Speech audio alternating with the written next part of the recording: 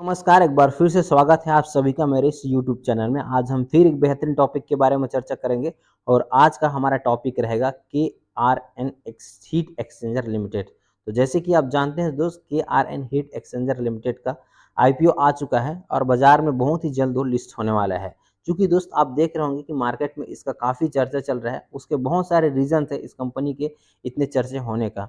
तो चलिए दोस्त, हम आगे कंपनी के बारे में डेफिनेटली पूरा डिटेल चर्चा करेंगे कि कंपनी करती क्या है और कंपनी जो है कौन सा प्रोडक्ट बनाती है, किसके पास उस प्रोडक्ट को सेल करता है, कंपनी का फिनेंशियल किस प्रकार से है और आगे फ्यूचर प्लान क्या है कंपनी का। ये सारी चीज़ों के बारे में आज हम इस वीडियो में चर्चा करेंगे। तो दोस्त, अगर आप चैनल पर पहली बार आए हैं तो चैनल को सब्सक्राइब कर लीजिए, बेल आइकन को हिट कर लीजिए ताकि आने वाले सभी वीडियो का नोटिफिकेशन आप तक आसानी के साथ पहुंच सके। और आपसे रिक्वेस्ट है कि वीडियो को पूरे लास्ट तक देखिएगा ताकि मेरे द्वारा ये रिसर्च किया गया, जानकारी इकट्ठा किया, जितना भी मेहनत जो किया हूँ वो आप तक पहुँच सके और उसका लाभ आप आसानी के साथ ले सकें। और अगर वीडियो आपको अच्छा लगता है तो आप बिल्कुल लाइक कीजिए और उसके बाद अपने दोस्त यार तक शेयर कीजिएगा ताकि यह जानकारी और भी लोगों तक पहुंच सके। तो चलिए दोस्त, अगर वीडियो की शुरुआत करूं तो मैं आपको बता दूं कि KRN हीट एक्सचेंजर का जो स्थापना था यानी कि इनकॉर्पोरेशन जो हुआ था वो सन 2017 में हुआ था। हमारे भारत में ही एक जगह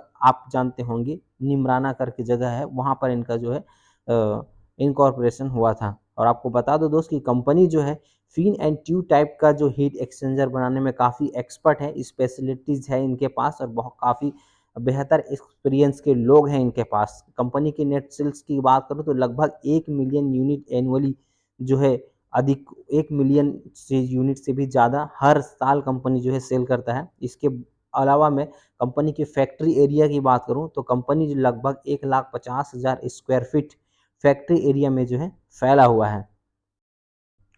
तो दोस्तों, आगे अगर मैं और चर्चा करूं तो KRN heat exchanger refrigeration limited aluminium या तांबे के पंख, तांबे की ट्यूब हीट एक्सचेंजर, पानी के कॉइल्स, कंडेंसर और वाष्पित कॉइल में विशेषज्ञता रखने वाली एक अग्रणी निर्माता और निर्यातक में से एक है। और आपको बता दूं दोस्त कि कंपनी का जो प्रोडक्ट्स हैं जैसे कि हीटिंग, वेंटिलेशन और एयर कंडीशनिंग और रेफ्रिजरेशन उद्योग में प्रसिद्ध OEM को आपूर्ति के लिए मुख्य रूप से काम करने का काम करता है। आपको बता दूं दोस्त कि कंपनी का जो OEM का फुल फॉर्म आपको बता देता हूं, ये होता है ओरिजिनल इक्विपमेंट मैन्युफैक्चरर। मतलब इनके जो प्रोडक्ट्स होते हैं उसको बाहर के जो ग्राहक हैं इनके वो परचेस करते हैं और उसको अपने ब्रांड के जो प्रोडक्ट्स हैं उसमें फिट करने का काम करता है। यानी कि जैसे कि आप देखे होंगे AC वगैरह में या रेफ्रिजरेटर्स में जितने भी कॉइल्स वगैरह यूज होते हैं उसको इस कंपनी के माध्यम से परचेस किया जाता है और वो अपने ब्रांड के नाम से उसको बेचते हैं। जैसे कि इनके कुछ ग्राहक को मैं आपको के बारे में आपको बता देता हूं। इनके जो मुख्य ग्राहक हैं वो डाइकिन इंडिया है, स्नाइडर इलेक्ट्रिक्स, वोल्टास, कैरियर, एसबर्स पेचर्स, किर्लोस्कर, ब्लू बॉक्स, नॉर्थ बेम्स और वोल्टास, जैसे कि मैंने बताया ये सब इनके जो है ग्राहक हैं, ये सब इनके जो है ग्राहक के रूप में शामिल है। और ये सभी नामी कंपनियां हैं जिसको आप डेफिनेटली मार्केट में इनका नाम जो है सुने होंगे या फिर आप जो है इनके प्रोडक्ट्स भी यूज करते होंगे। वोल्टास टाटा की बहुत ही शानदार कंपनी है जैसे कि आप जानते हैं। तो ये सब ग्राहक हैं इनके और इनकी जो कॉइल्स हैं, जो हीट एक्सचेंजर्स है, उसको परचेस करके अपने ब्रांड्स के नाम से बेचने का काम करते हैं। आपको बता दूं कि कंपनी के पास जो है मॉडर्न टेक्नोलॉजी का बहुत शानदार मैन्युफैक्चरिंग फैसिलिटी है जो कि विश्व भर में प्राप्त नवीनतम मशीनों, उपकरणों और प्रौद्योगिकियों से एकीकृत है। दोस्तों, इनके मुख्य ताकत की अगर मैं बात करूं कंपनी का जो स्ट्रॉन्ग पॉइंट का, तो यह विभिन्न विन्यास वाले अलग अलग साइज वाले ट्यूब और फिन पैटर्न के साथ अनुकूलित क्वाइल्स प्रदान करने की काम करता है। दोस्तों, रेफ्रिजरेंट्स की विस्तृत श्रृंखला में के साथ स्पष्टतम प्रदर्शन की सक्षम बनाती है। दोस्तों, जैसे कि आप जानते हैं कि किसी भी रेफ्रिजरेंट्स जो होता है वो अच्छा हीट एक्सचेंजर के साथ ही सरवाइव करता है। नहीं तो आप देखे होंगे आपके AC में, आपके फ्रीजेस में, ये सब में जो है आपको लीकेजेस नजर आते हैं। वो क्यों नजर आते हैं? उसका जो हीट एक्सचेंजर होता है वो सही नहीं रहता, या तो कमजोर होता है या तो लो क्वालिटी का होता है।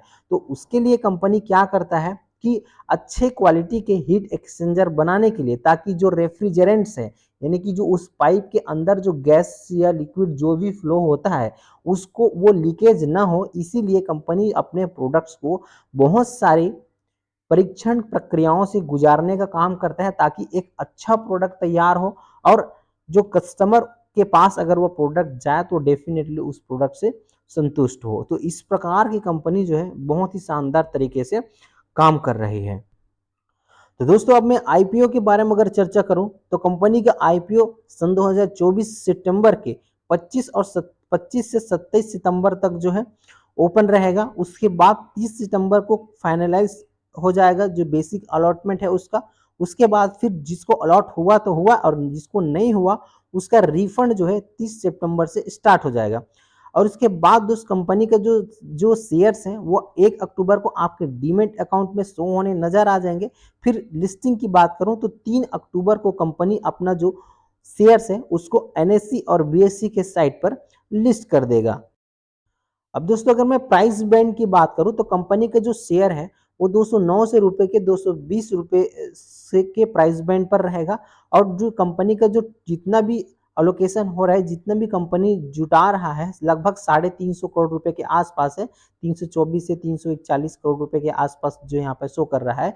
तो ये टोटल फ्रेश इशू है, किसी भी प्रकार का ऑफर फॉर सेल नहीं है। और आपको बता दो कि आप जो है 65 शेयर मिनिमम ले सकते हैं, यानी कि एक लॉट का शायद 65 शेयर रहेगा, जिसका जो मिनिमम रुपीस की बात करूं तो 14,300 रुपए का होता है। कम से कम 14,300 रुपए लगा करके आप जो है आईपीओ में बिडिंग कर सकते हैं।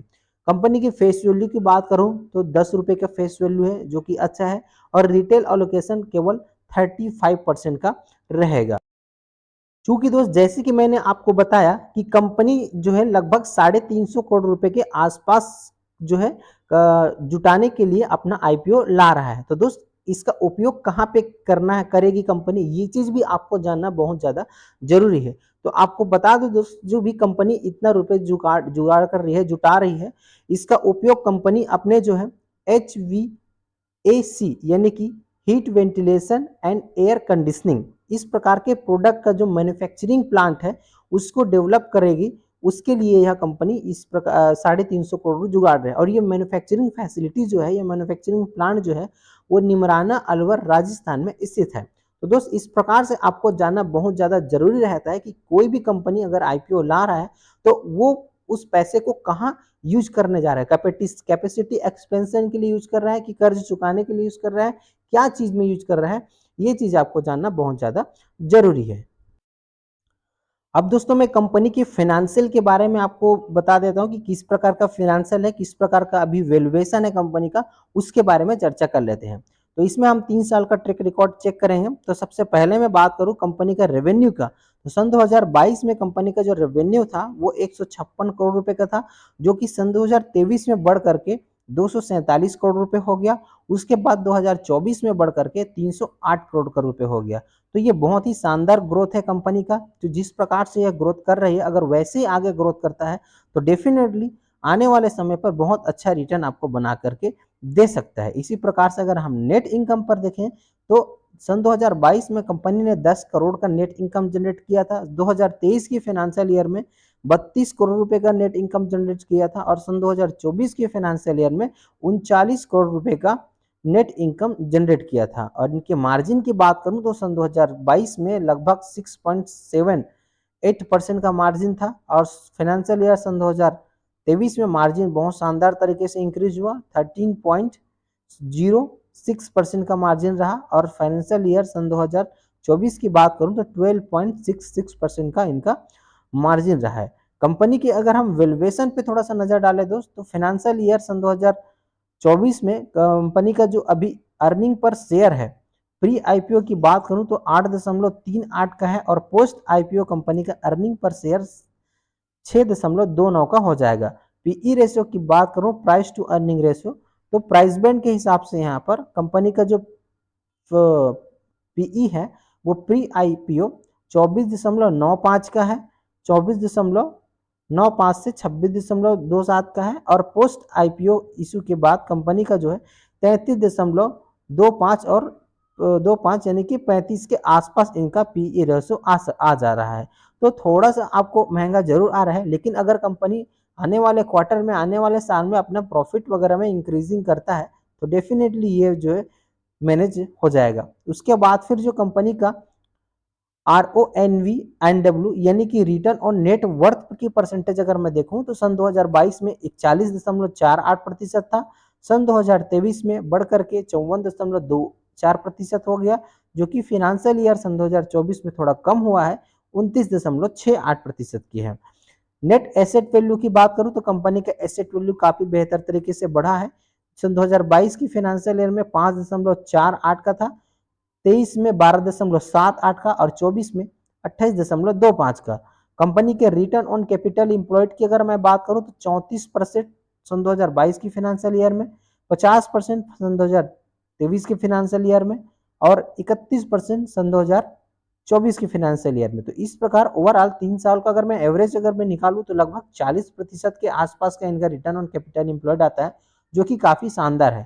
कंपनी का ईबिटा भी लगभग जो है फाइनेंशियल ईयर सन 2022 में 10%, 2023 में 19%, 2024 में 18% है, जो कि अच्छी बात है। उसके बाद अगर मैं डेप्ट इक्विटी रेशो पर भी अगर नजर डालूं तो कंपनी ने अपना डेप्ट लगातार कम किया है। डेप्ट टू इक्विटी रेशो सन 2022 में 0.87 का था, सन 2023 की फाइनेंशियल में 0.62 का रहा और सन 2024 की अगर फाइनेंशियल ईयर की बात करूं तो इनका जो डेप्ट टू इक्विटी रेशो है वो 0.45 का है। तो दोस्त जब भी किसी कंपनी का डेप्ट टू इक्विटी रेशो अगर 0.5 के नीचे रहता है तो वो काफी अच्छा माना जाता है। तो इस प्रकार से कंपनी लगभग डेट फ्री ही मैं बोलता हूं, उसको इस कर्जे को कंपनी कभी भी चुकता कर सकता है, तो इसमें किसी भी प्रकार का चिंता करने की जरूरत नहीं है। तो दोस्त ओवरऑल जो है जानकारी आपको कैसा लगा मुझे लाइक करके जरूर बताइएगा और कमेंट बॉक्स में कमेंट जरूर कीजिएगा, और इस प्रकार की बेहतरीन जानकारी के लिए हमारे चैनल के साथ लगातार जुड़े रहिएगा। तो चलिए आपके उज्जवल भविष्य की कामना करते हुए हम इस वीडियो को समाप्त करते हैं। Thank you, wish you all the best.